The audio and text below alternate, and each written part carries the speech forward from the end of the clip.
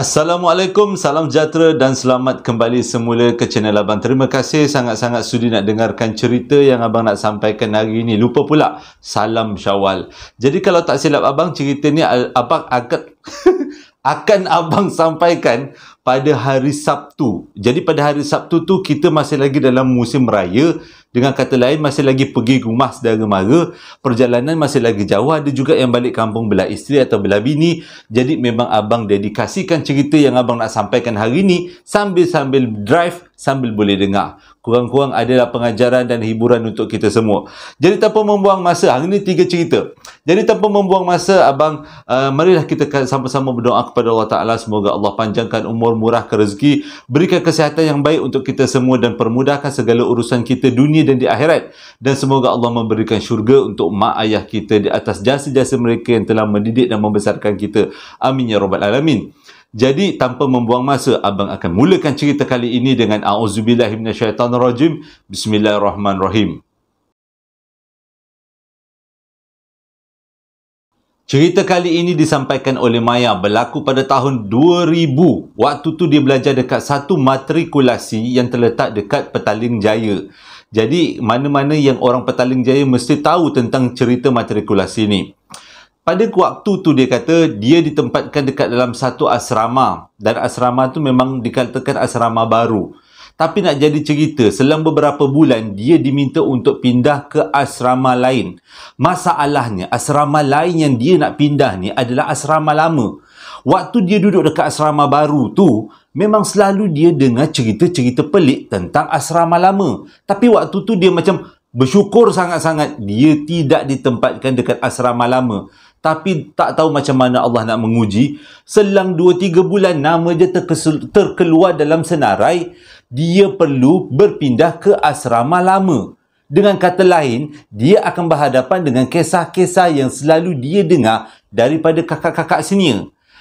Tapi dia kata nak buat macam mana, dah memang itu yang diminta oleh pihak matrikulasi. Dia pun seperti tarikh yang ditetapkan, pindahlah. Muncullah dia pindah ke situ, bukan dia seorang, tapi bersama-sama dengan kawan dia. Jadi sejak dia duduk dekat asrama baru tu, yang nama asrama tu, lupa abang nak beritahu, tak boleh beritahu kan, tapi dekat Petaling Jaya ni. Dia kata waktu dia pindah mula-mula dekat asrama tu, memang seram sejuk. Dia punya asrama tu, dia punya keadaan, kita panggil creepy mipi dia. Creepy mipi tu memang creepy mipi. Maksudnya, kita boleh rasa kehadiran benda-benda asing dekat dalam asrama tu.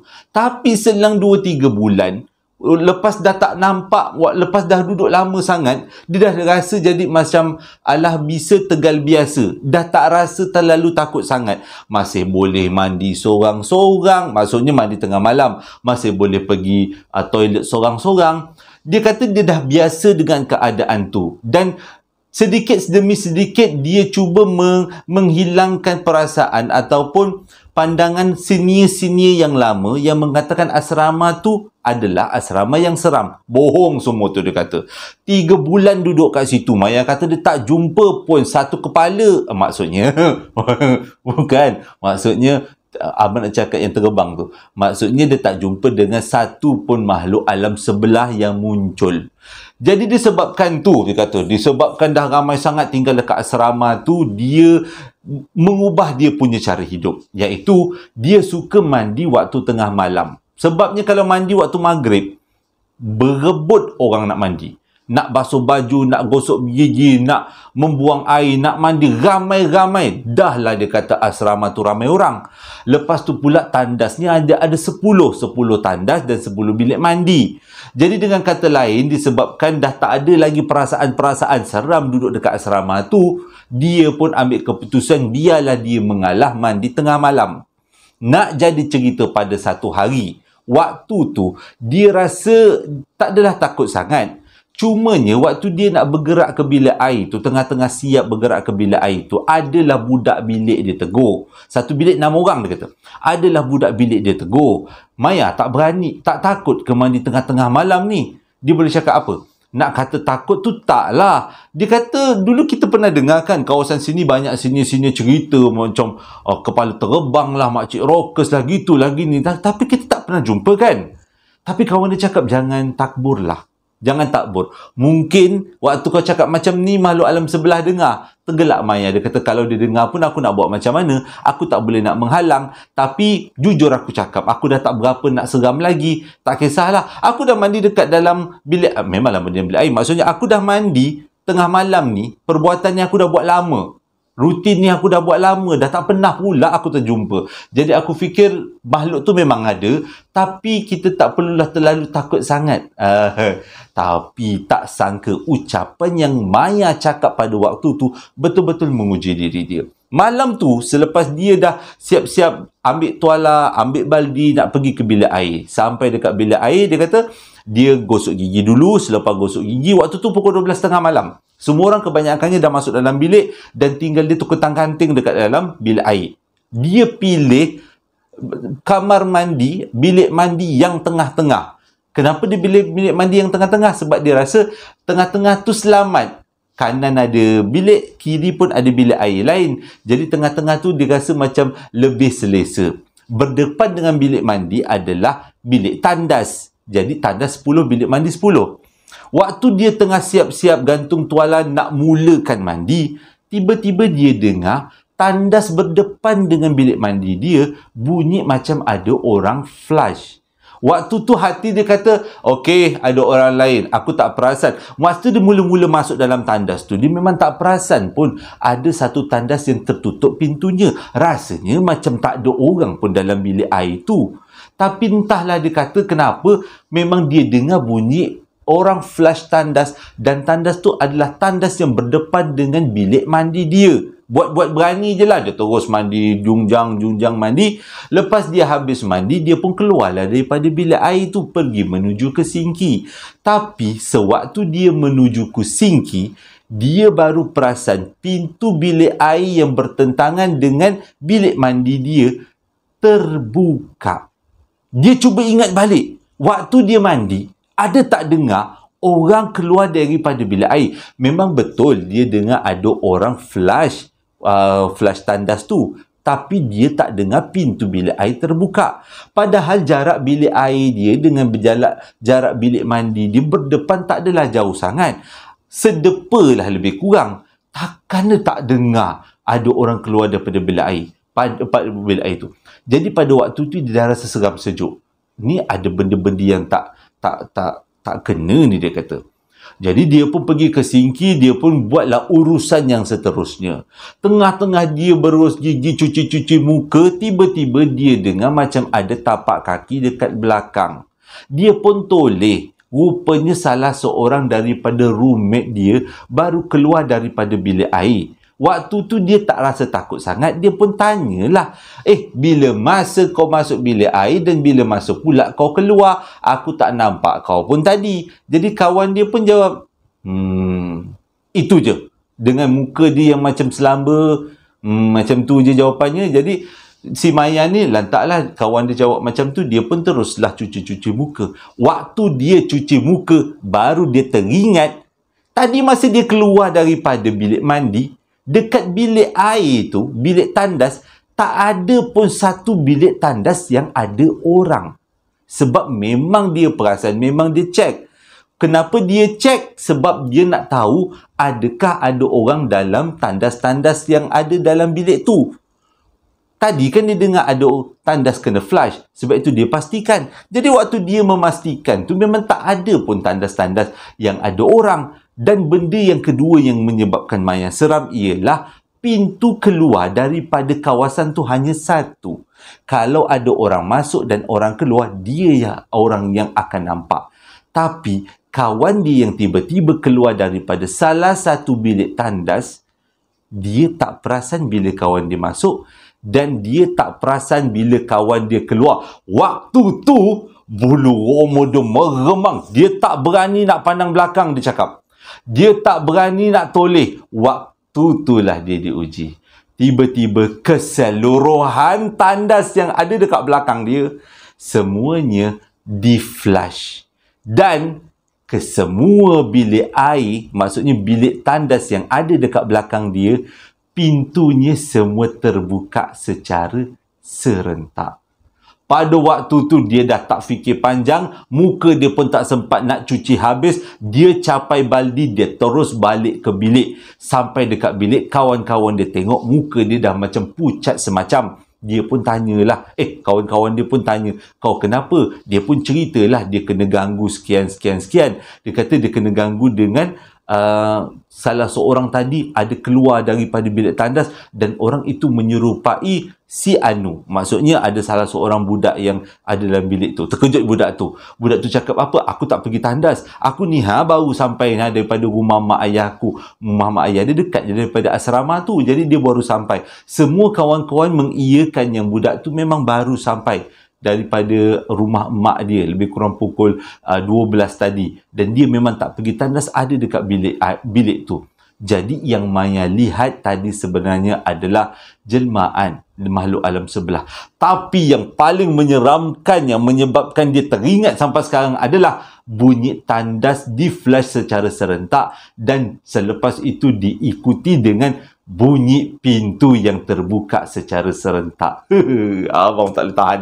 Cerita ni meremang dengar.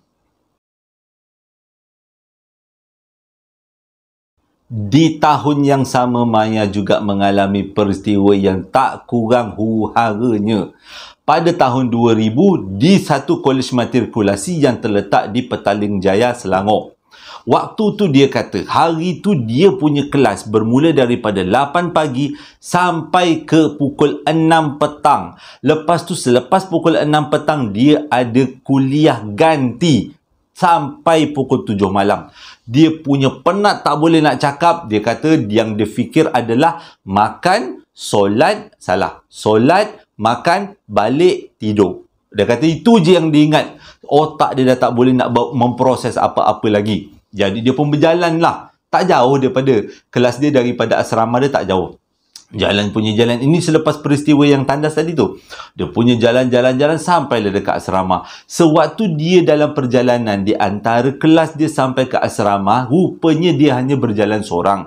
Kawan-kawan dia tak ikut serta sebab kebanyakan daripada kawan-kawan dia ada haluan masing-masing. Dan kebanyakan semua budak bilik dia pada waktu tu memang tak ada kat bilik. Dia orang semua pergi keluar makan. Pukul 7 lebih, pukul 8 macam tu. Jadi Maya pun dah berjalan-jalan dengan keadaan letih, otak dia rasa stres. Dia pun pergilah naik dekat bilik dia. Tapi punyalah dia terkejut bila dia tengok pintu bilik dia terbuka. Lupa abang nak terangkan. Bilik dekat asrama tu bertentangan. Dalam satu floor, satu tingkat, biliknya bertentang satu sama lain. Satu bilik 6 orang. Jadi bila dia nak sampai tu, dia belum sampai dekat bilik dia, tapi dia tengok daripada jauh, pintu bilik dia terbuka. Waktu tu, dia terus teringat tentang kejadian tandas yang dia alami beberapa bulan yang lepas. Kecut perut tak habis lagi ni. Dia berjalan perlahan-lahan menuju ke bilik dia. Jadi dia pun jengahlah dekat bilik dia, takut-takut kalau ada benda-benda lain dekat dalam bilik dia. Bila dia jengah dekat bilik dia, dia tengok bilik dia kosong. Semua budak-budak tak ada dekat dalam bilik dia. Memang dia dah maklum budak-budak tu memang pergi makan pada waktu tu. Jadi dia pun menghela nafas lega, dia pun cabut kasut, masuk dekat dalam bilik dia. Waktu dia berpaling nak tutup pintu, baru dia nampak pintu bilik depan pun terbuka luas. Dan ada seorang budak perempuan yang tercegat berdiri dengan rambutnya kusut masai, matanya tercegil warna merah. Waktu tu dia kata dia punya kacut perut. Dia cuba amati budak tu adalah kawan budak bilik depan ataupun bukan. Tapi memang betul, yang ada berdiri tercegat tu adalah budak bilik depan. Tapi dia dalam keadaan yang tak sedar. Dengan kata lain, budak tu macam kena histeria. Budak tu kakinya macam terlipat, rambutnya panjang kusut masai, lidahnya terjelir keluar, matanya terbelalak memandang ke arah Maya yang waktu tu nak tutup pintu bilik. Dia kata pada waktu tu dia dah gigil dah. Dia dah gigil, dia tak tahu nak buat apa. Budak tu pandang aja pada Maya, panggil nama pula tu, bonus. Maya, tolong aku.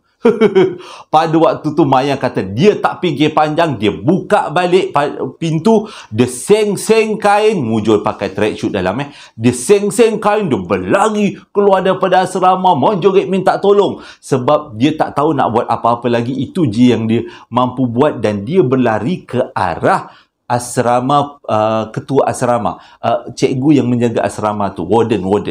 Dia berlari ke bilik warden, tolong. Jadi disebabkan suara dia yang begitu kuat ni, semua budak-budak dalam tingkat-tingkat yang berlainan semuanya keluar daripada bilik masing-masing nak tahu sebenarnya apa yang berlaku. Dan bila dia sampai dekat warden, ramailah kawan-kawan daripada tingkat-tingkat yang berlainan berkumpul dekat depan bilik warden. Warden suruh cerita apa sebenarnya yang berlaku. Dia cungap-cungap. Selepas 10 minit baru dia cerita budak bilik depan dia kena rasuk. Pada waktu tu semua orang yang berkumpul dekat dalam bilik warden tu jadi terkejut, dan mereka semua ramai-ramai pergi naik ke tingkat ke bilik yang berhadapan dengan bilik Maya. Sampai dekat bilik tu semua orang nampak budak perempuan tu tercegat berdiri dengan matanya yang besar, lidahnya yang terkeluar dan rambutnya kusut masai. Pada waktu tu budak tu cuba dipegang dan ditenangkan oleh warden asrama, tapi belum sempat budak tu nak diterangkan, budak tu dah jatuhkan badan, mengelitat dia dekat badan macam betul-betul dia kena rasuk. Terpaksalah beberapa orang pelajar diarahkan oleh warden tu untuk pergi cari ustaz. Warden memang kebanyakannya bukannya daripada, ada yang warden yang alim, tapi mungkin warden pada waktu tu tak berapa nak alim. Bukan tak berapa nak alim, tak tahu macam mana nak rukiah anak-anak macam ni. Jadi disuruhlah dua orang budak cari ustaz. Mujurlah ustaz, masih ada lagi dekat dalam kawasan kolej matrikulasi tu. Ustaz tu pun dipanggil untuk merukiah. Rukiah punya rukiah susah gila ustaz tu nak keluarkan apa yang hadir dalam badan budak tu. Sepanjang malam sampaikan kawan-kawan Maya terpaksa baca Yasin bersama-sama untuk membantu si ustaz. Benda tu jadi susah, tapi akhirnya benda tu berjaya dikeluarkan. Punyalah susah sampaikan cerita tentang budak ni kena rasuk menjadi bualan dekat dalam kolej matrikulasi pada waktu tu. Selepas budak tu baik, akhirnya budak tu ditanya oleh ustaz tu sendiri. Sebabnya, kenapa ustaz tu masih lagi bertanya, masih lagi mengambil berat pada budak tu? Kerana selepas proses mengeluarkan rukiah, mengeluarkan jin daripada badan budak perempuan tu selang 2-3 hari histeria lagi. Selang 2-3 hari lagi histeria lagi. Jadi dia terpaksa dipantau secara ketat. Dan budak tu pula duduknya jauh dekat Sarawak. Keluarga dia takkan tak suruh balik. Dia pula dekat Petaling Jaya semua ni. Jadi terpaksalah Maya dan kawan-kawan dia baca Yasin setiap malam untuk bagi budak tu tenang. Tapi Alhamdulillah setiap kali baca Yasin budak tu akan tenang. Rupanya lepas diselidik lebih dalam kenapa terjadi peristiwa ini, ialah dekat kawasan asrama tu, dekat level itu ada satu lorong. Katanya lorong yang menuju tandas dan juga bilik basuh baju. Kebanyakan daripada budak yang duduk dekat asrama tu, pukul 8 malam memang tak akan lalu dekat lorong tu. Sebab lorong tu walaupun terang tapi misteri. Tapi entah macam mana pada hari kejadian, budak perempuan tu lalu dekat lorong tu untuk urusan tertentu. Dan pada waktu tu budak tu adalah dalam keadaan berhadas. Maksudnya dalam keadaan datang bulan. Jadi senanglah benda tu nak masuk dalam badan dia. Tapi keadaan waktu mula-mula jumpa, waktu dia Maya nak tutup pintu dan budak tu berada dekat bilik depan, tercegil matanya, lidah terkeluar pandang. Kalau abang jadi Maya, abang memang huru-hara. Seram. Jadi dia kata sejak daripada tu, kebanyakan daripada budak memang tak lalu dalam kawasan lorong tu melebihi pukul 9 atau 10 malam. Cerita yang ketiga disampaikan oleh Diana berlaku dekat Singapura pada tahun 2012.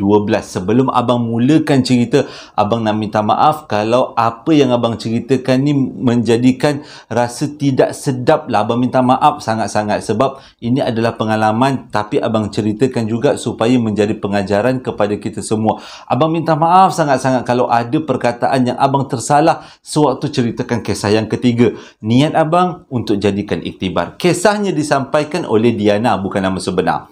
Diana kata daripada kecil dia memang kurang dapat kasih sayang daripada seorang ayah. Sebab ayah dia memang selalu aja tak ada kat rumah. Ayah dia bekerja sebagai salah seorang orang penting dalam industri perkapalan di Singapura. Mak dia pula kerja kilang. Jadi daripada kecil sampailah ke besar, dia memang jarang-jaranglah berjumpa dengan bapak dia, dan bapak dia memang selalu ada di luar kawasan. Maksudnya dia pergi ke negara-negara lain. Itu tak jadi masalah. Dia tetap sayang ayah dia. Nak jadi cerita, dia pun membesar. Membesar macam biasa. Sepanjang dia membesar, dia ada seorang kawan baik. Kita letak nama dia Nur lah. Dia ada seorang kawan baik namanya Nur. Dan sejak daripada sekolah rendah sampai ke sekolah menengah, sampailah ke alam pekerjaan, dia memang rapat dengan Nur. Nak jadi cerita, pada umur Diana 25 tahun, dia bertemu jodoh dengan seorang lelaki. Tapi disebabkan dia kata pada waktu tu masing-masing muda dan mungkin tidak bersedia untuk mendapat tugasan sebagai seorang ibu. Jadi dia pun ambil keputusan untuk berpisah dengan suami dia. Pada waktu tu dia ada seorang anak. Tak ada masalah, dia kata sebagai ibu tunggal, dia boleh cari rezeki. Dan dia pun atas pertolongan daripada Nur, kawan baik dia dapatlah kerja baru. Lepas-lepas cerai lah ni, dapatlah kerja baru dekat satu gudang. Kat sinilah mulanya cerita. Dia kata sejak daripada kecil sampailah ke besar, Diana kata dia memang rapat sangat dengan Nur dan dia anggap Nur sebagai saudara sedarah sedaging dia, sedarah daging dia. Dengan kata lain, apa-apa masalah yang dihadapi oleh dia, dia akan cerita pada Nur. Begitu juga dengan Nur. Hati diorang betul-betul rapat sebagai seorang sahabat dunia akhirat. Tapi pada waktu dia bekerja dekat warehouse, dia mengalami satu peristiwa yang susah dia nak jelaskan. Dekat situ dia kata ada seorang tomboy. Memang perwatakan dia macam lelaki. Orang panggil dia sebagai abang. Dan sebenarnya Diana ni antara orang yang cantik dekat kawasan tu. Dan dia memang tak pernah ada naluri kepada kaum sejenis. Maksudnya dengan perempuan lah kan. Dia tak pernah ada perasaan.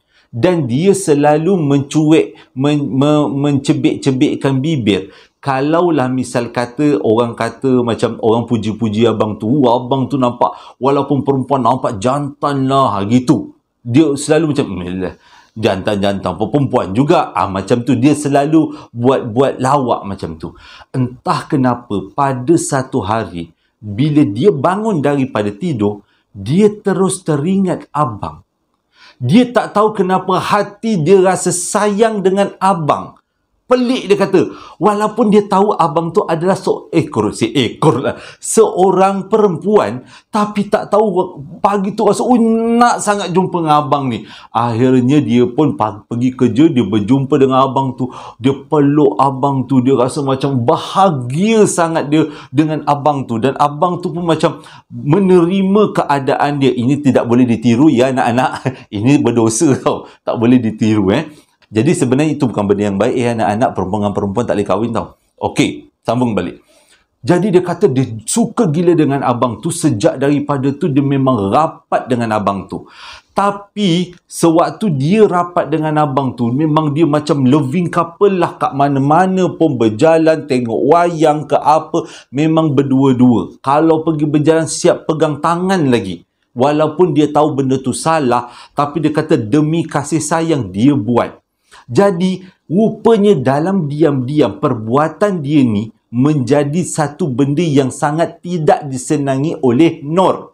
Sama ada Nur benci ataupun Nur cemburu, dia pun tak pasti. Tapi sejak daripada tu, Nur suka perli-perli dia. Nur suka kutuk-kutuk dia. Dan Nur selalu pulang paku pada dia. Oh, dulu kau kata kau tak suka dengan perempuan, tak suka dengan tomboy. Sekarang ni kau pula keluar dengan abang.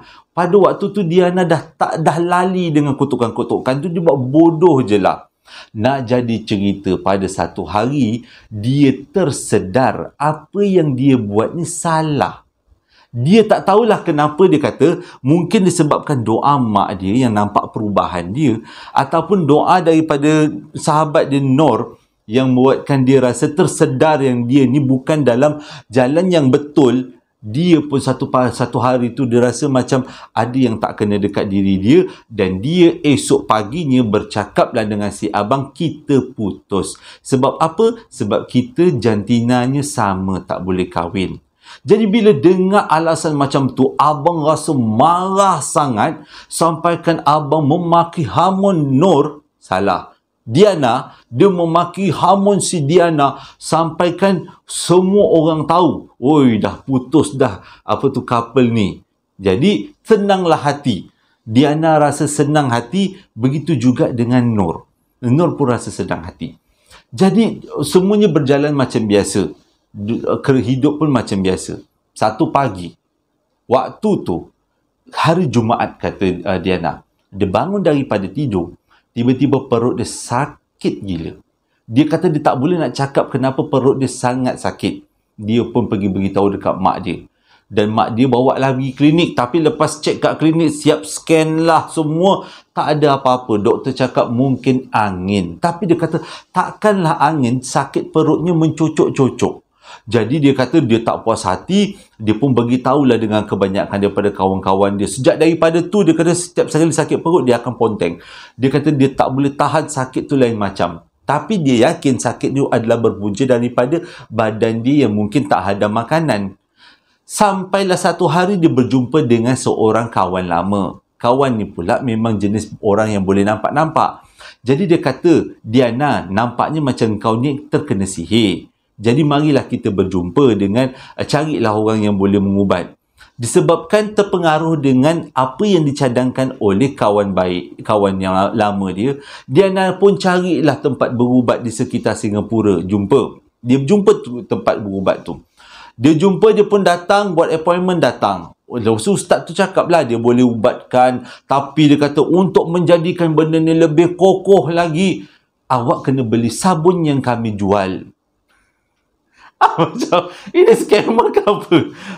Jadi sebabkan Diana ni pun rasa, dia kata dia pun pada waktu tu agamanya masih lagi dia masih lagi nak memahami agama. Jadi dia belilah sabun yang ustaz tu jual. Ustaz tu pun ubatlah. Baik, okey, balik rumah selang 2-3 hari sakit perut lagi. Jumpa balik ustaz tu. Ustaz tu boleh cakap apa? Kalau saya boleh ubatkan awak, tapi kali ni awak kena beli awak kena beli shampoo kami pula. Kau ajak bomoh ni. Okey. Dia kata, okey, dia nak kata, okey lah, dia kata beli shampoo pun beli shampoo lah, dia kata. Jadi lepas beli shampoo, ustaz tu pun, dia kata shampoo daripada daun bidara. Dia pun percaya je lah. Mahal lah tu, dia kata satu botol kalau tukar duit Malaysia dapat 200 lah, dia kata. Jadi dia kata, okey, dia beli. Ustaz tu berubat, baik. Tiba-tiba dia sakit perut lagi. Kali ketiga. Kali ni dia kata sebelum dia pergi jumpa ustaz tu, baik dia cerita dengan kakak angkat dia, dengan kawan baik dia. Jadi dia ceritalah dengan kawan-kawan baik dia yang lain. Kawan dia semua kata, kau ni dah kena scam. Jadi diorang pun atas pertolongan kawan-kawan, jumpalah seorang ustaz daripada Johor Bahru. Dekat ustazah dekat Johor Bahru. Akhirnya dengan bantuan dan doa daripada ustazah ni dan pertolongan daripada Allah Ta'ala, akhirnya Diana pun baik. Tapi waktu dia dah nak baik tu, dia nak tanya dengan ustazah tu sebenarnya betul ke dia kena sihir. Ustazah tu cakap memang betul dia kena sihir daripada orang yang rapat dengan dia. Dan dia paksa ustazah tu beritahu. Ustazah berilah tahu, ustazah. Ustazah tu cakap apa? Boleh ustazah beritahu, tapi ustazah usahakan. Ustazah tu gendam air daun bidara dalam mangkuk, dipanaskan. Lepas tu dekat situ akan nampak satu benda pertanda siapakah orang yang menghantarkan sihir. Pada waktu tu Diana kata dia percaya apa yang dia nampak, dan dalam geluk jampi tu, dalam mangkuk tu nampak orang yang menghantarkan sihir adalah abang. Sebab abang sakit hati, dia putuskan percintaan mereka berdua. Jadi pada waktu tu dia rasa dia dah hagak abang yang buatkan dia, tapi dia tak marah. Dia kata ini mungkin disebabkan dah takdir dia. Jadi ustazah tu cakap untuk mengelakkan perkara ini berulang kembali, dia kena mengamalkan zikir-zikir tertentu. Awal-awal dia kata memang dia seronok dia nak hafalkan zikir-zikir tu semua. Tapi tak macam mana lama-lama jadi malas. Jadi malas dan selalulah dia sakit perut. Dan pada satu hari nak jadi cerita, dia tersempak dengan seorang lelaki dan dia berkenalan dengan lelaki itu dan nampak macam serasi, akhirnya dia berkahwin. Tapi sejak daripada dia berkahwin, suami dia banyak bagi dorongan pada dia untuk dia berzikir dan berubat. Dia cerita dekat suami dia yang dia pernah bercinta dengan abang semua supaya dia tak nak ada rahsia. Dan suami dia banyak bagi galakkan untuk berzikir. Zikir punya zikir. Tapi walaupun dia dah banyak zikir, dia ada satu perasaan yang berbeza sikit. Sejak dia kahwin dengan suami dia ni, apa-apa masalah pun, dia selalu salahkan diri dia. Contohnya kalau dia kata suami dia jatuh sakit, ini semua salah dia yang sakit sebab dia ada sakit. Ada orang hantar jampi apa benda tadi kan. Orang hantar kat saya itulah menyebabkan abang sakit. Ada suka macam tu. Jadi disebabkan tu mula-mula suami dia kata, tak, bukan sebabkan awak, sebabkan benda Allah tu, benda orang yang hantar tu, santau-santau tu, itu. Oh, dia tak. Dia setiap kali pun dia akan beremosi. Dia kata cawan jatuh pun, oh dia juga yang salah sebab dia ada benda orang yang hantar, habislah keluarga ni huru-hara. Dia suka perangai macam tu. Disebabkan perangai dia ni dah melampau-lampau, akhirnya Allah nak takdirkan sebagai ujian. Akhirnya suami dia minta izin untuk beristeri baru. Mula-mula sakit hati, dia kata. Dia dengar apa yang suami dia minta, sakit hati, dan dia minta suami dia jelaskan apakah puncanya. Suami dia kata bosan dapat isteri yang asyik-asyik menyalahkan diri sendiri, dan selepas menyalahkan diri sendiri, mulalah dia akan sakit-sakit dan mula akan menyebabkan keseluruhan kehidupan jadi tak seronok.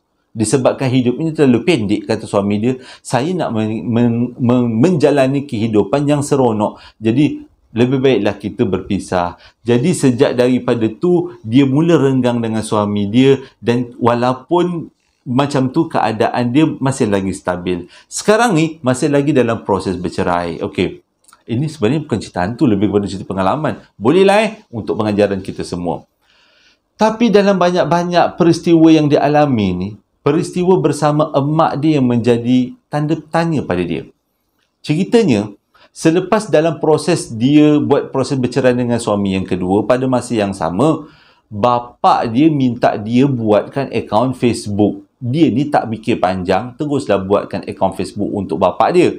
Dan sejak daripada tu, setiap kali bapa dia balik daripada belayar, bapa dia akan main Facebook dengan sangat rancak. Dalam diam-diam rupanya bapa dia pasang satu lagi. Skandal lah, bukan bini, skandal. Dan sejak daripada tu, bapa dengan mak dia selalu bergaduh. Walaupun dulu dia dah tua, mak bapa dia selalu bergaduh, dan akhirnya mak bapa dia bercerai. Sejak mak bapa dia bercerai, mak dia selalu salahkan Diana sebagai punca yang menjadikan bapa dia ada akaun Facebook, dan bapa dia ceraikan mak dia dan memilih penyundul. Sedap bahasanya, macam pelik sikit. Memilih wanita yang lain. Jadi disebabkan tu, dia kata dia selalu minta maaf dengan mak dia. Dan keadaan hubungan dia dengan mak dia tak berapa bagus, dan mak dia pindah kat rumah makcik dia. Cumanya yang pelik, dan Diana minta pandangan daripada semua. Sejak daripada dia bergaduh dengan mak dia, bukanlah dia bergaduh lah, mak dia marah dia sebab mengatakan dia adalah punca kepada kejadian ni. Setiap kali dia nak jumpa mak dia, satu badan dia akan rasa ditikam macam pisau. Terutama di kawasan perut tempat dia sakit waktu dia bercinta dengan abang dulu. Dia tak tahu kenapa. Dan anak-anak dia daripada hasil perkahwinan yang pertama dan kedua, setiap kali jumpa nenek dia orang, anak-anak dia akan bertukar menjadi sangat ganas. Dia tak tahulah ini adalah kesan sampingan daripada apa yang diberikan oleh abang, sebab abang tu hantar macam santau, macam pendamping pada Diana kan. Adakah itu kesannya ataupun ada kesan lain? Tapi dia cuba amalkan zikir yang ustazah tu bagi sampailah ke hari ini. Dan walau dengan zikir yang dia amalkan, setiap kali dia jumpa mak dia, dia akan cuba bertenang dengan setenang-tenangnya. Kalau tidak, dia akan rasa marah. Walaupun satu badan dia sakit macam dicucuk pisau, tapi dia cuba bertahan setiap kali dia jumpa mak dia. Dan dia bertanya dengan abang dan juga dengan semua yang menonton, adakah mak dia pun menyihirkan dia? Dia pun tak tahu. Dia tak berani nak tuduh mak dia, tapi itulah yang dia alami. Ada juga orang cadangkan pada dia, pergilah jumpa ustaz ke, tanya mana datang punca dia satu badan dia dicucuk seperti pisau. Dia kata dia tak ready. Kalau dia jumpa dengan ustaz ke ustazah dia dan tiba-tiba ustazah tu cakap yang sihir engkau ni adalah mak engkau sendiri, dia rasa dia akan sangat kecewa. Jadi untuk mengelakkan daripada perkara itu terjadi, dia biarkan. Dia amalkan aja zikir-zikir yang dia belajar, dan setiap kali dia jumpa mak dia, dia akan cuba sedia dari segi mental dan fizikal supaya dia tak marah, malah dia terus respect pada mak dia.